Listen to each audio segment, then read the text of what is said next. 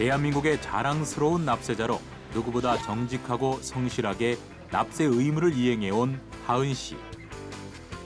그런데 어느 날 그녀에게 예상치 못한 과세 예고 통지서가 한 통 날아왔는데요. 미신고한 세금이 있어 200만 원을 추가로 고지할 예정이라는 내용.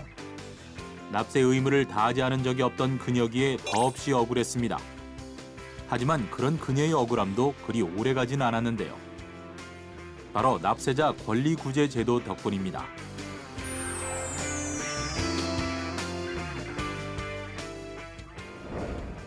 국세청은 납세자의 권리가 억울하게 침해받지 않도록 보호하기 위해 법적, 행정적으로 다양한 권리구제 제도를 운영하고 있는데요.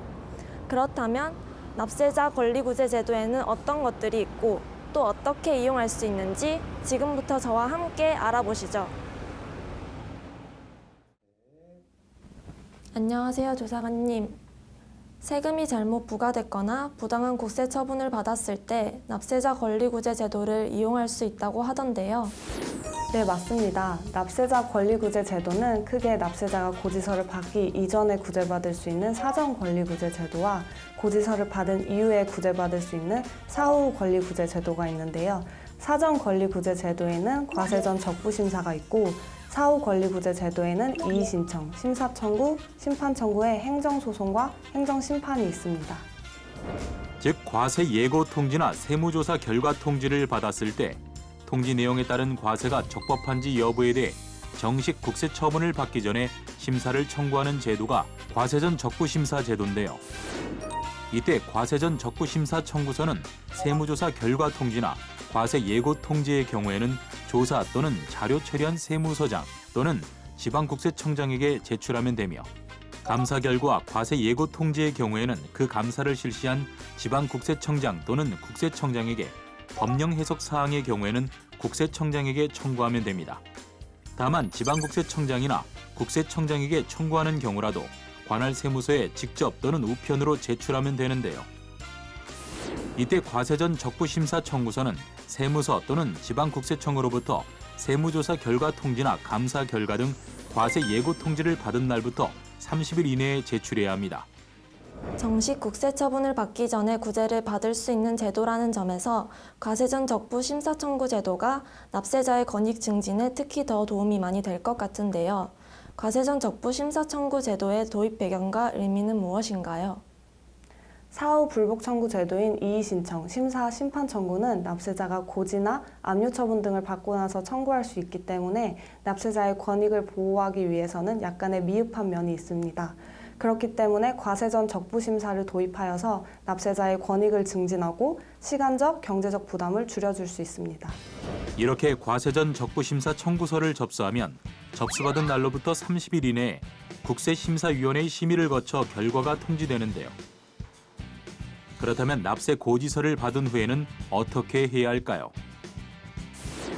세금이 고지된 후에는 납세 고지서를 받은 날부터 90일 이내에 처분 세무서 또는 소관 지방국세청에 제기하는 이의신청과 납세 고지서를 받은 날 또는 이의신청을 하고 이의신청의 결정 통지를 받은 날로부터 90일 이내에 국세청에 제기하는 심사청구, 그리고 국무총리실 조세심판원에 제기하는 심판청구, 또 감사원에 제기하는 감사원 심사청구 중 하나를 선택해 권리구제를 받을 수 있는데요.